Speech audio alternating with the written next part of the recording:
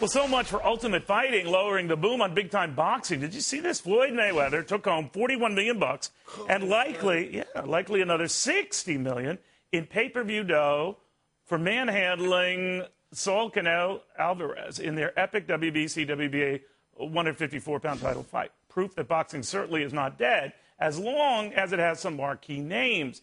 And doesn't Mike Tyson know it? For years, the most feared boxer on the planet and considered perhaps the sport's greatest and most powerful puncher ever. And now he's on Fox Sports 1, which means, in a way, he's kind of on my team, so he can't hurt me and won't hurt me. I'm doing these dug-out alley balls. My balls are going in the alley.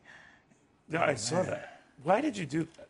Because I can't bowl. Okay. I'm not really a good bowler. You know, but who told you that you had to? Because you could just say, I'm Mike Tyson. I had to do it for my friend Alan Freed. He was, he runs the... Andrew Freed, he runs the whole Fox thing. He was the director, producer, so we had to. I'm horrible in sports. Besides fighting, I suck in sports. Yeah, but you're pretty good at that fighting part. But you've had a great post-career. But what do you think of what's happening to boxing now? It's like everyone thought that after big names like you left the sport, and I could go back to, Muhammad Ali and Larry Holmes and Ernie Shavers, that people just lost interest. That they were just waiting for a big name, right? The Floyd Mayweather, he's been around for millions of years, pretty much. When I was fighting, he was the champion. When I was fighting at the end of my career, and when I first came back from prison. How old is he? Is he 40 or something? I don't think he's 40 yet. He's not yet. Okay. 36, perhaps. Okay. He's really young in boxing terms. But he's a consummate professional. He stays. But now we have like 50 different weight divisions and 3 titles for each division. So. Like, I could become a champion with that. Well, no, there's more titles. There's probably 4 or 5 titles for each division. But there was 3 when I was fighting, and I unified the 3. I remember that. And there's just there's a lot of money, there's a lot of fans and interest in boxing, but they need the big names. See, all the other guys are not making. Floyd's the only guy that's making a lot of money. No one else is making money because the everyday people, the average housewife, don't know their name. They know Floyd Mayweather's name. And if they don't know your name, it's not going to be an interest in boxing. They need to know who you are. They need to be interested in your name. They know they're familiar with Floyd because of his family. He comes from a long line of championship bloodline. Oh, sure. So this is not something that happened out of osmosis. He's been bred for this type of high-paced, high-stake fighting.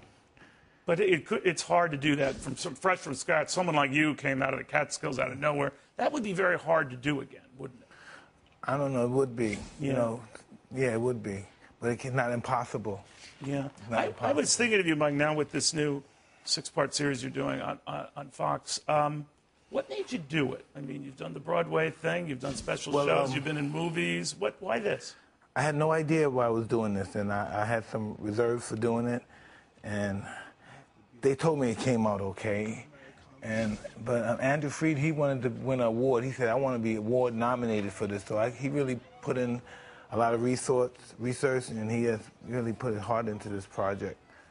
And so since he was going to do it, I was willing to do the same. But, you and I were chatting briefly during the break about all these former champions, Larry Holmes, Sugar Ray Leonard, once they leave, what happens to them? I know Larry Holmes had great investments, bought real estate and all that, but what happens? Hey, I don't know. I'm just, I have a good support system, and I was very lucky. I put a lot of my success has to do with luck. I was at the right place at the right time. I'm very lucky that people are interested in my morbid life. And well, someone said at the time, and I mean this respectfully, because if I didn't, you'd punch me, that it was sort of like watching... Those days are over. Yeah, you always say that, and then you punch people. Yeah, but it was like watching a train wreck, but people liked watching it.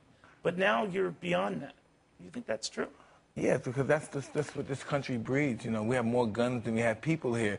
So this country breeds hate, violence, and whoever produced the most hate and the most violence gets the most money. But you fed that beast, Mike, right? I mean, because you were angry and always... Yeah, but I look at myself now in retrospect. What was going on there? I was really insecure about who I was. I was really short to do what I was doing. I remember. And I was just angry at just being angry. I didn't have my mentor with me no more. I had nobody that was really proud of my accomplishments. Yeah. That really cared. I didn't have no mother, no family member that I truly understood. And so, I don't know. I have a family now. It's day by day, man. It's just it's a hard struggle, but I'm willing to go on and deal with the struggle. You know what I discovered over the years, though? You started developing a sense of humor. I always thought you had a good sense of humor, but then you started kidding yourself. You started laughing at yourself. And I think you were very comfortable in that you didn't take yourself so seriously. Well, when I was fighting, I was so insecure. I had to take myself extremely serious. I didn't allow myself to be friendly with any of the fighters, and no fighting period. And my ego was so whacked out. If they weren't submissive to me, they were my enemy. Yeah, but you had the best stare. You know that time right before a fight where you're both standing toe to toe? You had the scariest look. If I were the other guy, I'd say, all right, I'm going to leave now. But you would scare people right there in the ring.